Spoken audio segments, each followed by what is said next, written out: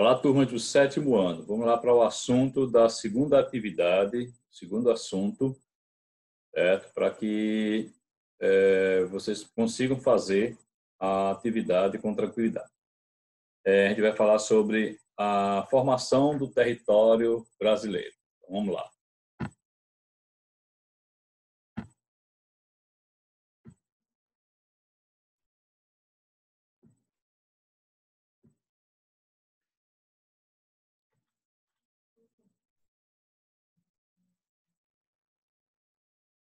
Formação do território brasileiro, certo? E fusos horários. Vão ser dois assuntos, mas são dois assuntos bem curtinhos, não é complicado. Preste atenção, bastante atenção. Você pode rever o vídeo várias vezes. Também leia a apostila, tá? Que foi colocada lá na plataforma do Google Sala de Aula, certo? Então, vamos lá, vamos começar. Fusos horários brasileiros. O Brasil, por causa da sua extensão, né, sua extensão continental, o Brasil é considerado um país continente por causa da sua grande extensão. Então, por isso, por ele se estender de leste a oeste, ele tem 4 fusos horários diferentes. Então, observando aqui, aqui Brasil, ó, o primeiro fuso horário é esse aqui, onde passa Fernando de Noronha.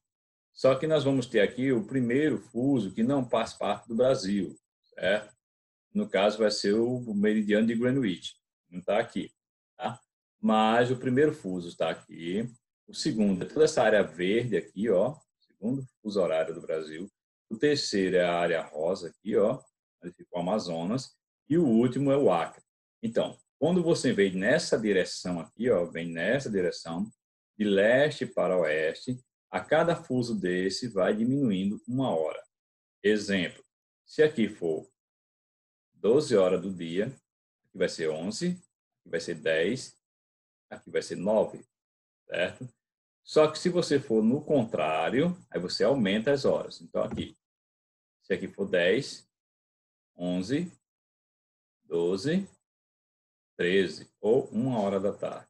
Então, vindo para oeste, cada cor dessa aqui é 1 hora a menos. Vindo para leste, cada cor dessa vai aumentando 1 hora, certo? Então, o Brasil tem 4 fusos, quatro fusos horários, né, que estão a oeste do Marco Zero. O Marco Zero vai ser esse aqui, ó. Então, a partir daqui, vai sempre estar a oeste e vai diminuir as horas, tá? A partir do meridiano principal, certo? E, então, por causa da sua grande e ampla extensão e sua localização, certo? Então, a gente vai ter o quê?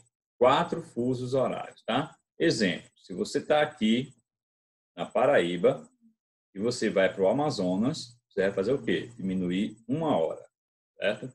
Se você está em Fernando de Noronha e vem para Pernambuco aqui, você vai diminuir também 1 hora. Aprendido isso, fica muito fácil, tá bom? Vamos lá, formação do território brasileiro. A formação do território brasileiro começou antes da chegada dos portugueses. Para evitar conflitos entre Espanha e Portugal, os dois países assinaram o Tratado de Tordesilhas em 1494. Este tratado estabelecia os limites das terras a serem ocupadas e exploradas na América. Está aqui, ó, a linha do Tratado de Tordesilhas. Essa parte poderia ser colonizada por Portugal e essa parte aqui pela Espanha. Claro que depois a gente vai ver que isso aqui depois é derrubado, tá? Isso aqui, essa barreira aqui, ou seja, essa linha aqui, esse tratado vai sair e aí Portugal invade essa região, certo? Vamos lá. A primeira região a ser povoada pelos portugueses foi o litoral, especialmente o litoral nordestino. Por quê? Chegou em Porto Seguro e depois foi para a região de Pernambuco e Paraíba. Ali se estabeleceram as plantações de cana-de-açúcar, os engenhos e os portos. Os principais acontecimentos históricos desse período aí, desse povoamento, quando começou a povoar o Brasil, primeiro, no século XVI, veio a ocupação do litoral, onde nós moramos aqui, certo? e principalmente para o cultivo da cana-de-açúcar, para produzir açúcar. Tá? Vocês estão vendo aqui algumas imagens, os engenhos, né? Por isso que hoje ainda continuam muitas usinas nessa região. No século 17 e 18 foram marcados pela produção pastoril. Tá? Então, começou a criação de gado. Só que depois, a cana-de-açúcar perde o seu comércio e aí busca-se pedras preciosas e jazidas de ouro e diamante em Goiás, Minas Gerais e Mato Grosso. Chegando no século 19, a atividade que contribuiu foi o café. Aqui, primeiro vem Minas Gerais, depois da cana-de-açúcar, e logo em seguida vai vir o café, que vai se concentrar em São Paulo, Rio de Janeiro, Minas Gerais e Espírito Santo. Essa atividade também contribuiu para o surgimento de várias cidades importantes. As drogas do sertão, que reúne diversos tipos de especiarias, plantas, raízes, sementes, frutas, ervas medicinais, no caso, a pimenta do reino, a castanha do Pará. Bom, a partir do século XVI e XVII, alguns estudiosos referem a esse momento como o ciclo das drogas do sertão. Então, toda essa área preta aqui, ó, são as drogas do sertão. Então, era extraído aqui algumas raízes, algumas folhas, que serviam para medicina, tá? E você já observa que ainda tem aqui o tratado, ó, século XVI e XVII, tá o tratado, certo? Só que depois o tratado vai sair. Tá? E aí chegamos no bandeirismo, certo? O bandeirantismo ou bandeirismo, que são isso?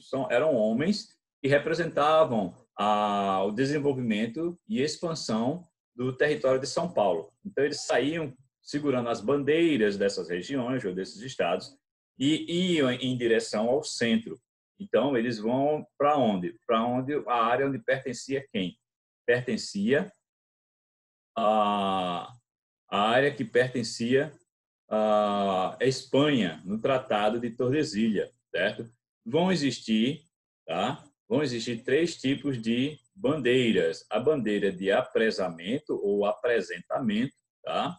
E no caso, eles iam para capturar ou prender os índios e usá-los como escravos, chamado também de bandeiras de apresador. Bandeiras de minerador, ou seja, eles iam buscar o quê? Ouro, cobre, prata e pedras preciosas. E a bandeira do contrato. Seu objetivo era capturar escravos fugidos e destruir quilombos. Quilombos eram áreas onde os escravos, quando fugiam, começavam a criar aquelas comunidades. Então, esses eram os 3 tipos de bandeirismo. Bandeirismo apresador, ou de apresentamento, bandeirismo minerador e o de contrato. Então, você vê aqui, ó, as bandeiras, cada cor aqui, cada seta dessa representa as bandeiras. E veja que eles vão invadir a área que pertencia antes à Espanha. E depois a Espanha cede toda essa área pelo contrato e pelo princípio do tipo possidere. Eu tenho a posse, eu tenho a terra, entendeu? Então, você tem a terra, você tem a posse. Tá? E aí vem o tratado, depois o Tratado de Madrid. E tá aqui os bandeirantes, tá, pessoal?